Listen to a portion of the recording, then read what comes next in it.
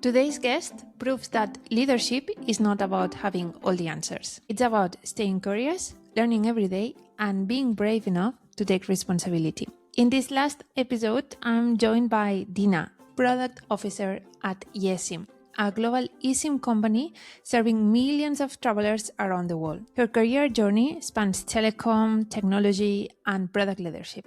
But what makes her story special is how organically she grew into one of the top leadership roles in tech.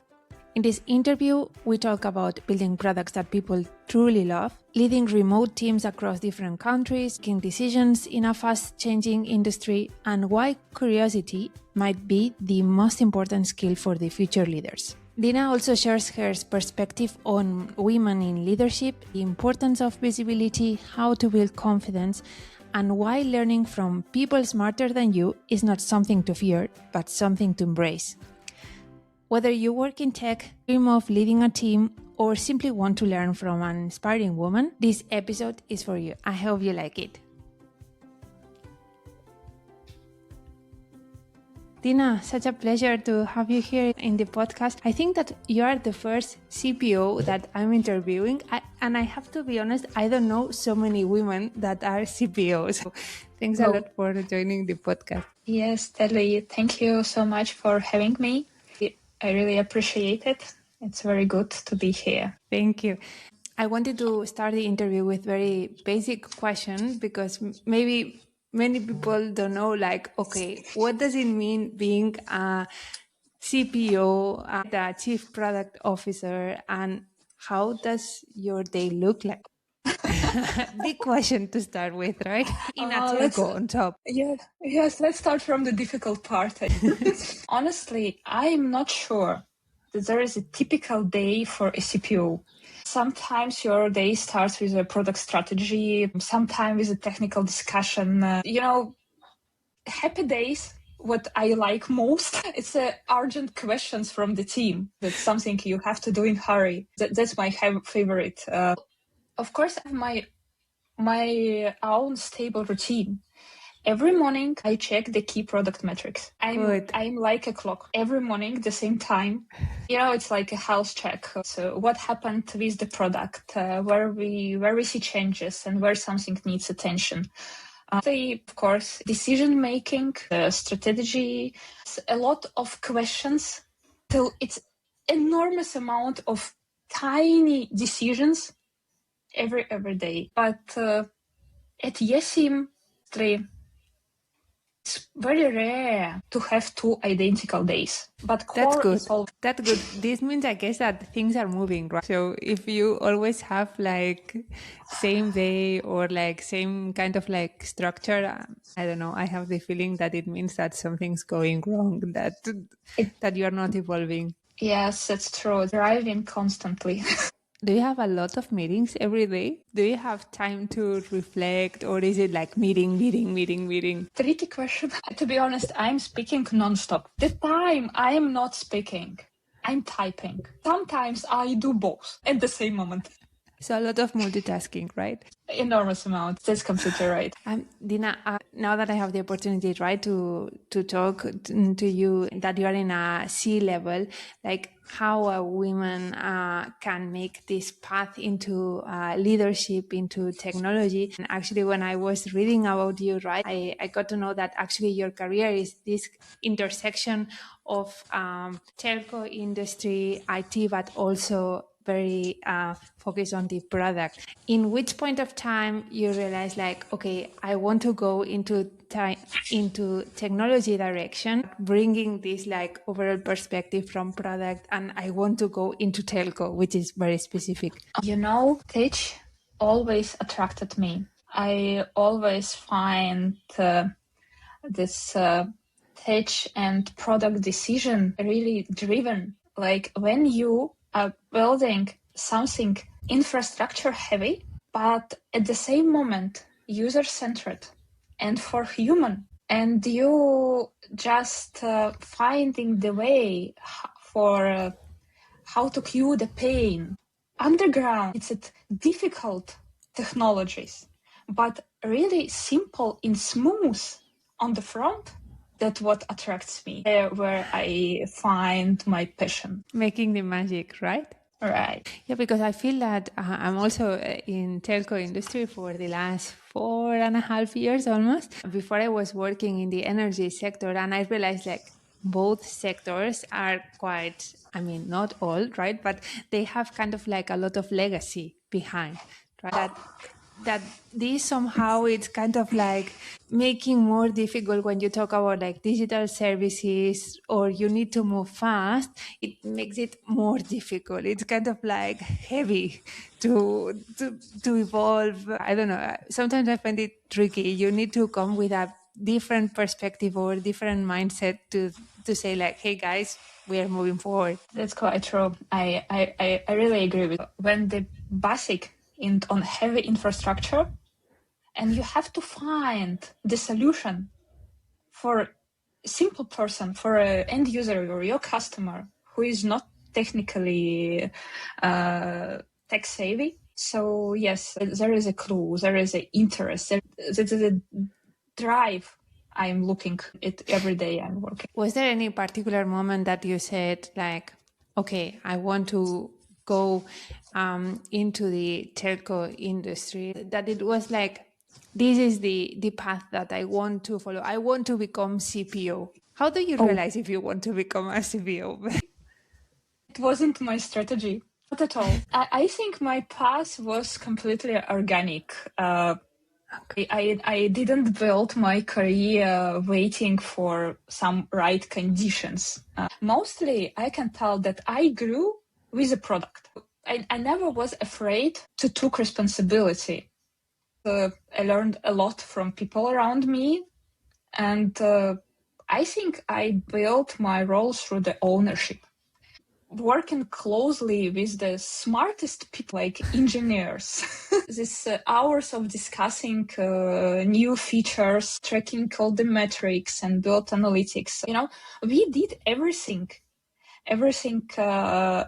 necessary for stable and growing product. Over time, we just realized that we have built not just a product, but something people trust and come back. Good. So, I never planned the title. I grew into this responsibility, and that me. I read an interview that they made you time ago, and I really like a question that they made. I think that they were asking you if you were afraid at any point of time that you would not have enough technical knowledge on the topic. I really like your answer that you were surprised by the question, saying that I'm surrounded by the best, right?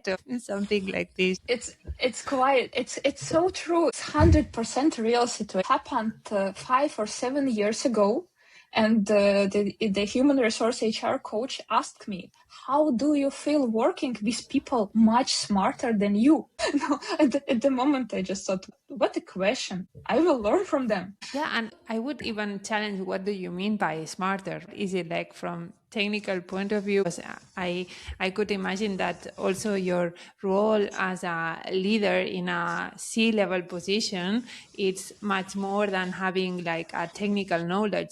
It's like bringing people together, like 100 steps ahead. Right? So it's much more than this kind of like intelligence, which is maybe mainly like call more like, like more technical. I don't know how to frame it. Of course, it's so true. It's playing chess. Every time is 5 moves forward. So it's a strategy. It's a strategy when you all the time have plan A, B, C, and D, and maybe one more. So you're very good at planning. I'm very good at fast thinking. Do you remember switching between the tasks, switching between the strategies? Fine. That's good. So depending on how the discussion goes, right, then you say like, okay, I'm going option C. 100%. Still, we are working in telco. No, we don't know how market moves every second day. How do you prepare yourself for an industry or a market that it's moving so fast and that your customers have very high expectations? Let's think. I'm not sure. You can prepare yourself. I can assure that you and our ability for fast changes. That's what helps. Yeah, that's a good point. I was asking because I'm especially in YESIM, right, customers that are using a lot of digital services, right, and that they are having inputs not only from telco but from other industries, which are bringing like updates and new functionalities very very quick and in a very different way. I was wondering if how unique is your customer at YESIM? So how would you define your customer? Do you remember one of my favorite answers that behind every eSIM is one real person? That's how I define my customer.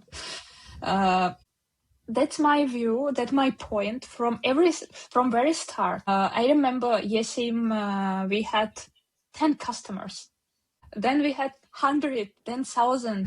But anyway, like imagine there is you staying in airport. You just arrived, and you don't have internet. It's incredible and unbelievable. You are unable to do that simple things like check a map or order a taxi.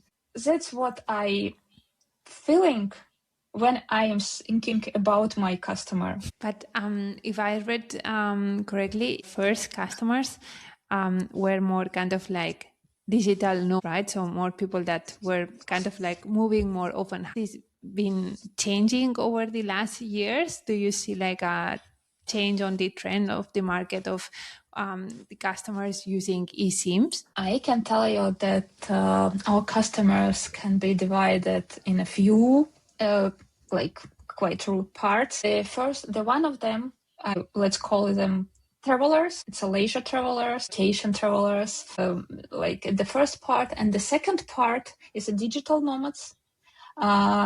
Here, we can include the business travelers, frequent travelers who are traveling for business. And of course, stable, reliable data is most important for that part. As we said, there are not so many women in these positions, in these leadership positions. What were the biggest challenge that you faced on climbing the ladder, and what were the biggest learnings that you took over these last years? Very good question, right?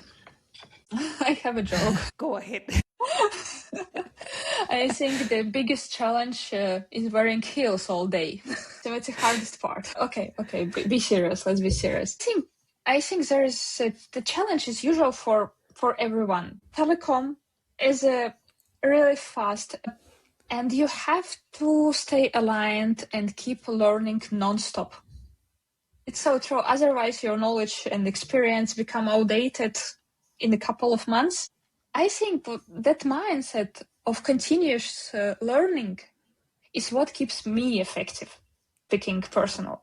That question, how do you feel working with people much smarter than you? And I will learn from them. So we have to learn. It's the biggest challenge to be updated.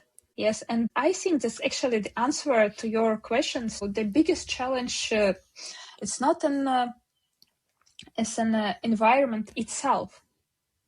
It's how you feel about yourself within it. Wow. That's what I think, yes. Did you ever feel that there was kind of like a different or like specific challenges was being a woman in a sector, telecom particularly, right? It's not like femtech, for example, right? that you can, or like pharma, where you might find like more women in these leadership positions. What's your experience? I can tell you honestly, and my experience is that I never felt that I am a woman in some field I'm not appropriate to be. Starting with my experience at Latvian MVO many years before. There's some second life before YESIM. Yes, and speaking about YESIM as well, I think there is a clue, and one thing what helped me, there are also two things: openness, to be open, and my curiosity. Constantly asked questions. But that's how you learn, right? So right. Yes, that's so true. Did you have any role model or like, I don't know, mentors that kind of like went along with you in this journey? If we are speaking about a leader work model, I can't say so. Like, I never compared myself to anyone. I was busy with work. But, in my personal life, that could be my brother. Oh, I have an older brother. He was all the time, like from the childhood. He was older and taller, and I was always trying to keep up. And even when he walked faster, and I remember I watched him working on the computer like for hours. I just seated near and just watched. We have that family joke that it's a place where I learned my stubbornness. Yes, just sitting very quiet, like nobody notice you, just looking and trying to understand what he is doing. but that's good. This is something that when I started the podcast, I was curious, and I mean, I'll make you the question towards the end, right? Like a woman who inspires you. And when I'm asking about role models before starting the podcast, like, I thought like, okay, these fantastic women will come up with, I don't know, like famous people, right? Like, but actually, most of you come with family member, close friends, and it's so good to identify that sometimes maybe you're not aware your role models or the people who are really creating an impact on you are the ones that you have closer. So it's very, very nice to know. Yeah, that's quite interesting. And Dina, what is the skill that you would say that in general we need to change, we need to adopt or to start so that we are prepared for going into leadership? But would it be this kind of like constant learning, or would you advise something else? Hard work.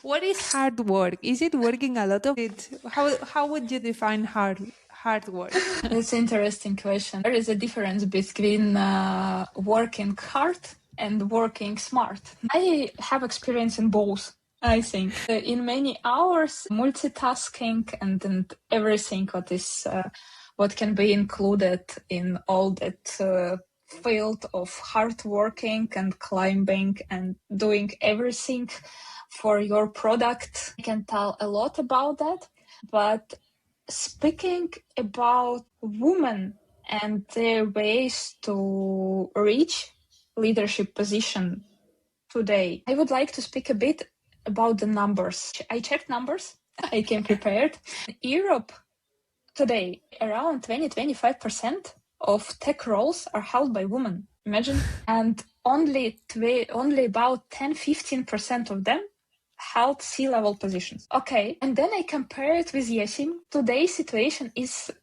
quite opposite. Around 40% of our employees are women, and 29% of us hold leadership positions. How do you get to these numbers? Because 40% it's a lot of women, especially in telecom and especially also in tech. How did you get there? What did you do differently? I don't think there is some magic tricks. First one, companies have to be less afraid to hire and promote women into challenging roles. That's the first one. As we know, me and you, women today, are highly educated. We are experienced, and we are ready. Just give us the challenge. Give us the opportunity to prove ourselves. The second thing, I assume, it's a visibility.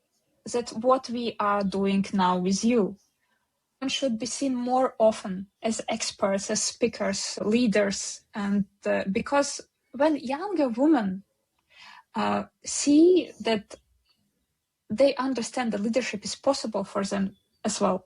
And the third thing, what I think helps YESIM, it's 100% remote. I think that remote work gives us that opportunity to diversify our team. we are not working in one city or in one office. So that's from my point of view, both sides should work. The companies need to open the doors, and women have to walk through them with full confidence. I'm curious, Dina, because you said like full remote, and I remember that at the beginning of the pandemic, right, most of companies were pushed to go back to remote, but towards the end of the pandemic, initially, like companies that maybe adopted the partial or full remote before, no, now you need to go back to the office, and you need to be working with your colleagues face to face. What is the advantage that you see, like, okay, of being fully remote? Why, from your point of view, it's not needed that you are meeting face to face, right? That you are connecting and interacting with the colleagues. Honestly, we are meeting face to face every day. All the online tools already created. I can't feel there is any problem to communicate or to feel the person emotions. I can see emotions on your face. Fine, it's enough for me. It's the first part. What else? As well, our team is living in every corner around all the world. I have no idea how we can connect all of us. And I think that the team is the most valuable resource company even have. And now we have that opportunity to have that small amount of freedom being somewhere, but not in office. It's interesting because I have the feeling that companies already, like for maybe last year, you see big companies or more traditional companies pushing going back to the office instead of going into a fully remote way. Unfortunately, it's very true. And that's what I can see on the job market. And honestly, sometimes I can say thank you to that companies. Because you're getting the talent, right? So right. It's interesting. Curious. Do you ask your colleagues to have the camera on? It's not necessary, but good to have. Okay.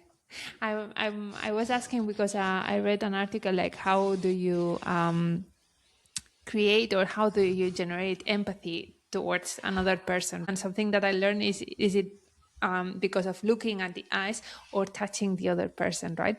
I always keep this in mind, and I know that this is kind of like there are like different cultures, right? When you work like in more like multicultural, and people don't feel like very comfortable at the beginning when starting a discussion with someone who's new to put the camera on. But I always try to enforce with my teams, put the camera whenever you feel like ready for it, because I don't know, I feel that there's kind of like some magic that it's created with this more kind of like interaction, maybe face to face. I agree. It's magic. It's magic how we can build that interaction and that connection online, sometimes also without cameras. Just speaking and listening carefully. Probably, yes, listening carefully is a trick. Dina, what is YESIM? Why is different from the other telcos or maybe the big traditional telcos? First of all, we are funny. I can see it. Okay, like imagine yourself. Again, you're traveling and you finally arrive, and now you're in an airport. It's overcrowded, a lot of people. You just realize that switching on roaming with your home SIM card could cost you a fortune. So what should you do? You can't open the map, you can't order the taxi or call home that you arrived.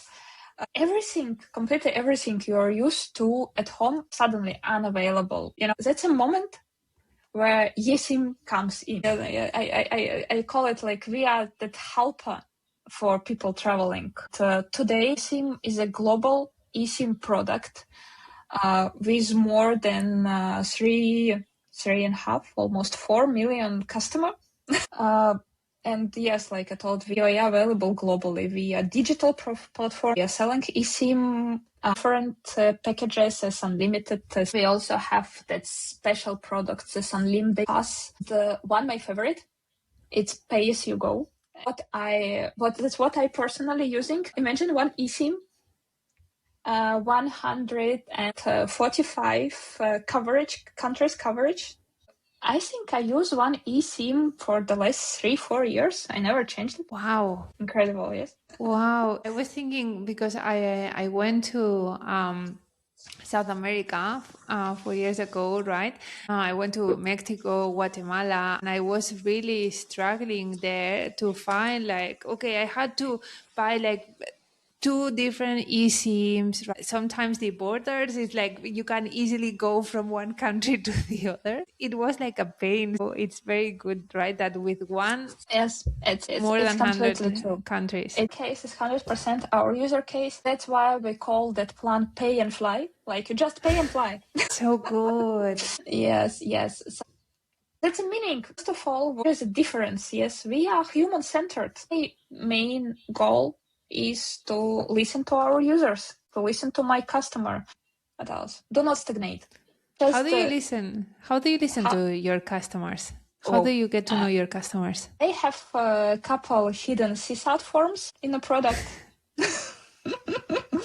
And as you remember, I am very careful listener. As well as we are collecting NPS reports.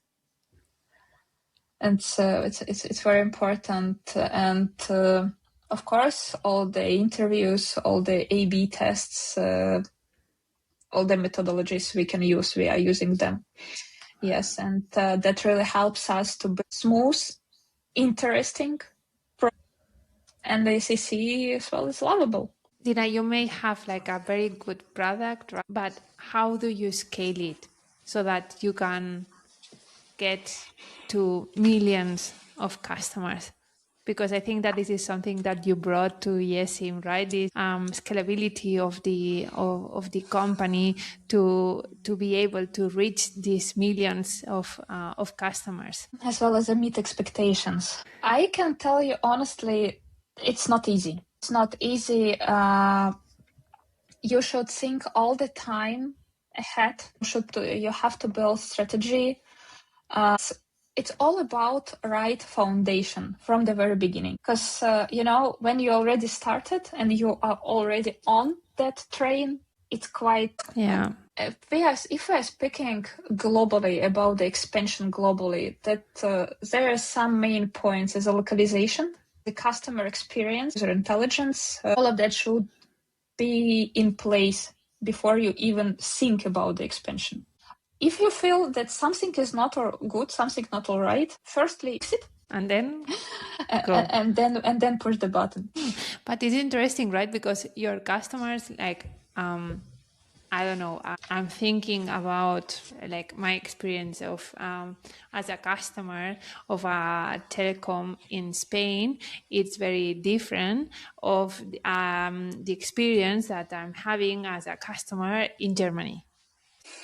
How do you translate this to build like a global product, but keeping the personalization depending on the customer needs? That's so good question. Think about the personalization in Jean. I can speak very long about that. So let's have it for later. It's not that easy. Our UX researches shows me every day something new about the new audience. What should I change and where should I polish to be good enough and meet the expectations again for that audience? But I think there is some answer all of that questions. Just be curious. Every day, be curious.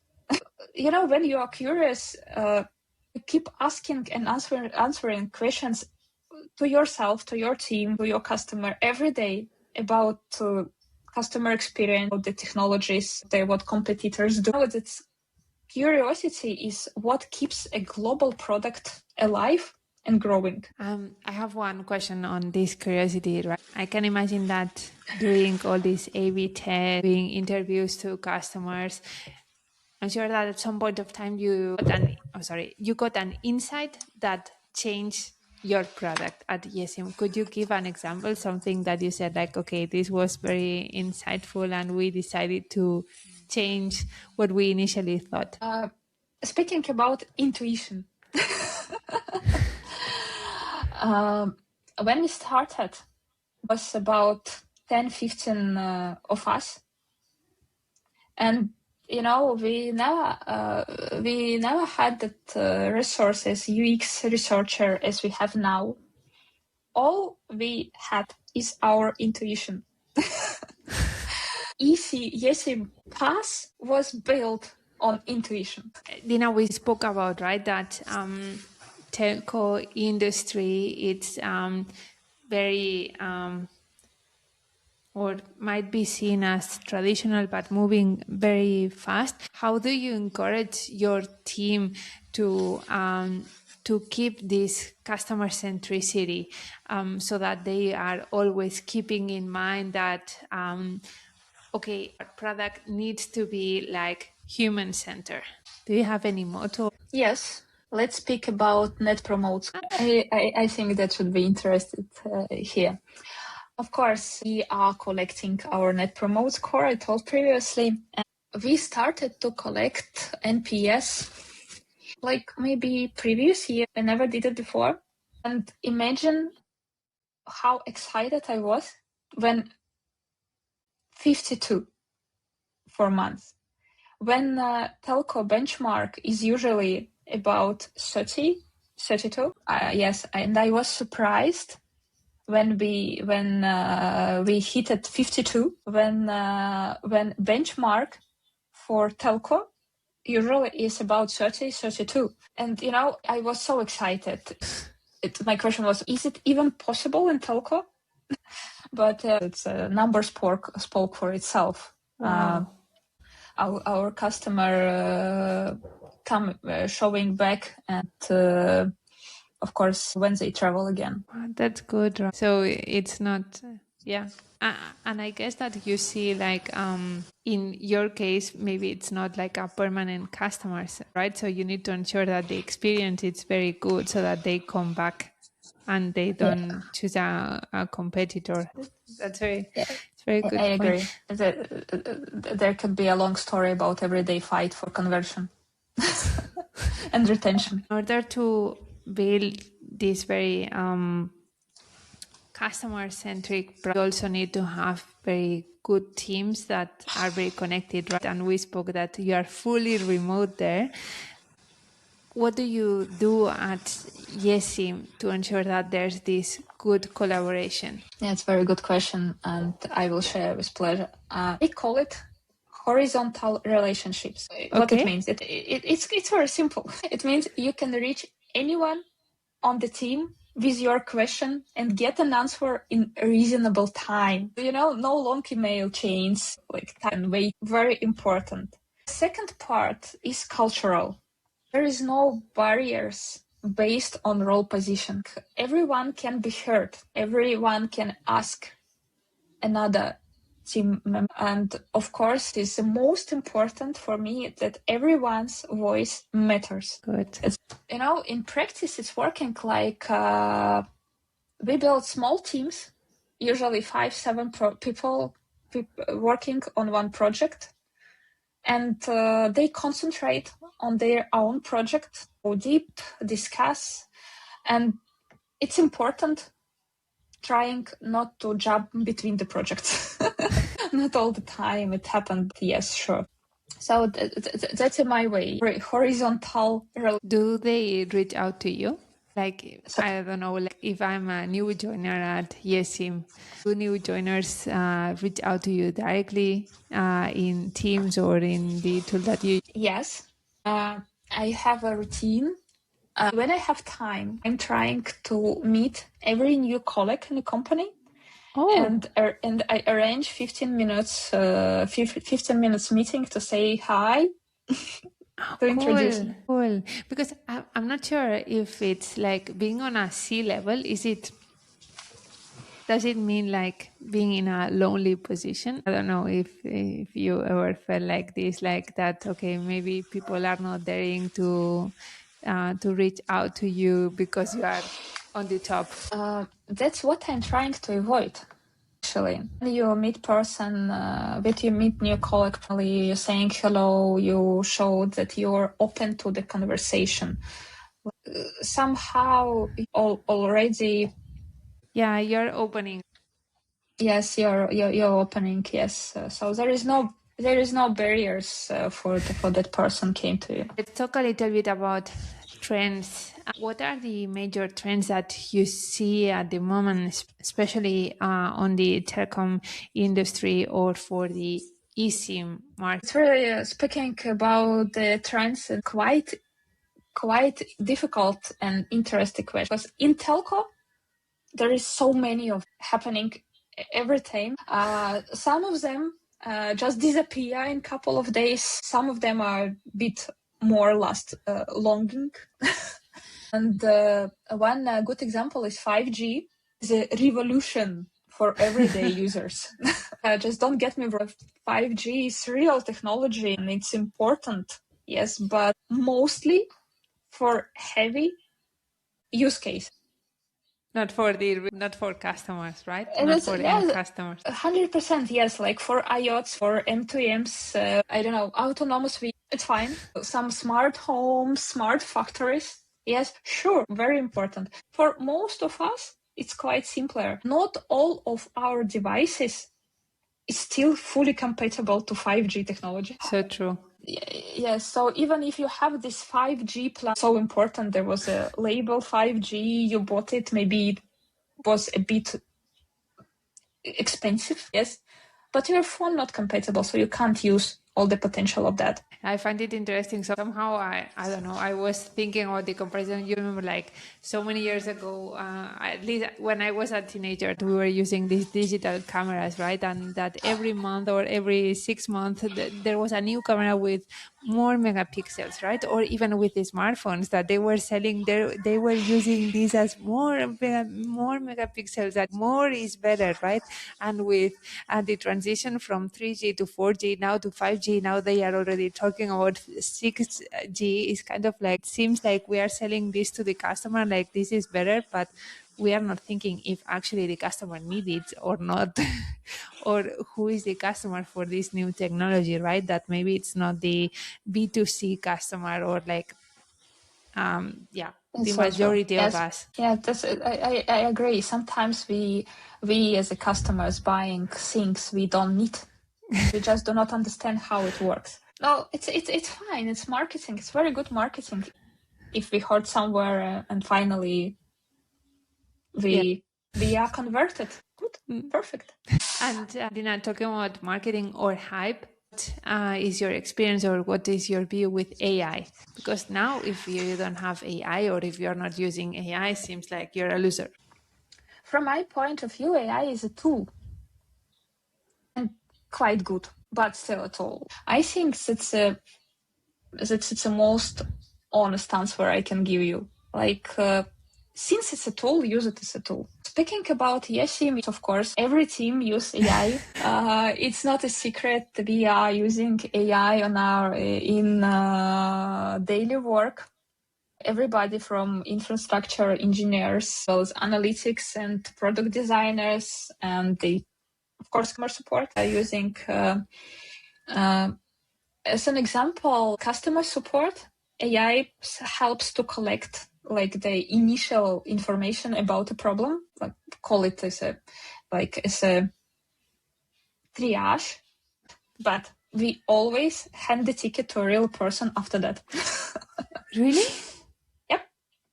So at YESIM, you can reach out to an agent, like a real person behind? Most part of our tickets are answered by a human being. Wow. Okay, I'm impressed because okay, I'll not give the name, but some months ago I was traveling and this airline canceled my flight at the last moment. I was like on the boarding gate already, and I was using the app and there was no way to reach out to an agent. It was a bot all the time. Would you use the same air company one more time? No.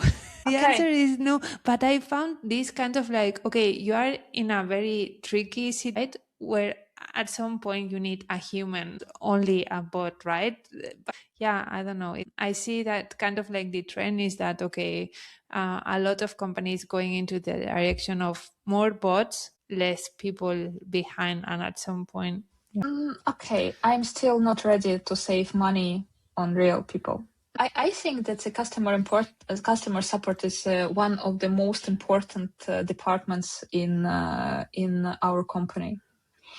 That's good. We have to react very fast, especially in travel, especially to the tired and irritated travel. And I could imagine that they are the ones that are giving you more insights. Also, I mean, they are the touch point with your customers, so they know your customers. Yes, that's true. It's, again, the data to be analyzed. Dina, how do you decide, for example, now that trends are coming and going and the adoption curve, it may vary like very quickly. How do you decide which trend to follow? Are you doing like, I don't know, I was thinking out loud, but are you doing like MVPs, testing very fast with customers, or what is your approach? I can tell you honestly, all of them. all of them, we use different frameworks. I can tell you about my favorites. For now, it's simple jobs. The core question, where is what job is your customer hiring your product to? And first, if trend serves the job, it's at least worth exploring. If it's not, so that means it's just noise. And then is all the discovery, and then is competitors watching and customers interviews and all other methodologies we can use for that. Is there any trend or any technology that from your point of view there's kind of like too much hype? AI? Sure. And when you look at the product teams, Dina, I understand that it's very important, right? Thinking about what is your customer, what is their needs, what do you think that it's the capability that the product teams need to have like today compared like to 5-10 years ago, considering that the market is evolving so fast and that these customers are getting like are consuming technology in such a. I think you already answered it on your question. It's the pace and the expectations. It's what changed during last 5 years. I'm noticing that every day. As 5 years ago, you could take a week to make a decision, and it was completely fine. Today, product team can't wait for every answer. We are not waiting for answer sometimes. Okay, sometimes we are, but not all the time. We are waiting for answer from the analytics team, the research, from the design, sometimes, or even from engineering team. We are just not waiting. We are able to have our own research, and we are doing it much more faster. That's what's changed actually. The product manager have to know everything from everywhere, like every field. And the second what changed, it's a data literacy. Today it's a must. We need to read the numbers, and we are doing that ourselves. So for now, it's as I remember, we waited for some reports from analytics team, and we waited still they build a new report view in the Power BI, and we can analyze that. Now, today, I am building the SQL and doing my fast research. That's what changed actually. Okay, it's worth to mention. I forgot. Worth to mention. Mood first culture that also changed. as we remember, we were speaking 5 years ago, and now yes. most part of very good product teams, very good teams, is working remotely. It's worth to mention as well. Dina, we are heading towards the end of the interview, and just wanted to maybe do a last section about advice that you would give as a woman to other women entering into technology, to this leadership role. So if anyone who is listening to us is considering about entering into telco or into technology companies and they are not sure if to do it or not, what advice would you give? Start the same way anyone should start. Because a path is into product or tech, it's not different for women, it's not YESIM for men. The field is open, the tools are available, and honestly, the opportunities are there to come Just take jump. it. Just jump, sure, yes. And, my advice, first understand what you really want. The field is enormous. The field is enormous. So many opportunities, so many positions. One good friend once told me, find out who you want to be and stay with what you want to do in the future. And it's very good advice. I spent hours on my own resume, and I discovered that I wanted to be a product manager in a technical project. And honestly, it would have been lovely if it was in telecom. Especially, I got exactly here now. Did you know that you wanted to work in telecom? All the time. I'm Is in it? telecom more than 10 years. It's an experience. I got it previously, and a very good part of my previous experience I also used in YESIM and building YESIM. Cool. I find it interesting because tech sector is so broad, do like so many things, and as a product manager you can be like in very different type of products that are using maybe the same technology, right? Knowing that you want to go into a specific sector, are not so many people who were like that they knew this like by heart, that this is the sector that I want to. Yes, maybe I just successful in finding what I really want. Dina, what are the skills or the mindset change that you think that helped you to achieve to sea level? So anyone who already has like quite a lot of years of experience or some years of experience and is thinking, okay, I want to climb the ladder, what are the skills that from your point of view are needed if you want to jump into these positions? I can tell that could be stubbornness. I think also curiosity about everything what happens around. You are like a child. You are reading about everything, you're asking questions, you're getting information about every resource you can reach. And one more is treating everything a bit more like a game. Thinking about myself, I'm deeply responsible by my nature. I am responsible about everything, and learning to perceive all the challenges just a bit more peacefully, almost playfully, helped me a lot get through the hardest moment. Are you putting too much pressure into yourself? Yes. How do you learn? I mean, it's easy to give this advice or like to take this advice when you are maybe starting, right? Or you are in a position that your decisions may not have a lot of consequences, right? In your case, your decisions may influence the whole company. Right? It's not only the company, but also the people who's working in the company at YESIM. So how do you deal with this such enormous pressure? I'm still learning. How do you manage or like as a woman, what should happen, or what is your advice so that you can go into leadership?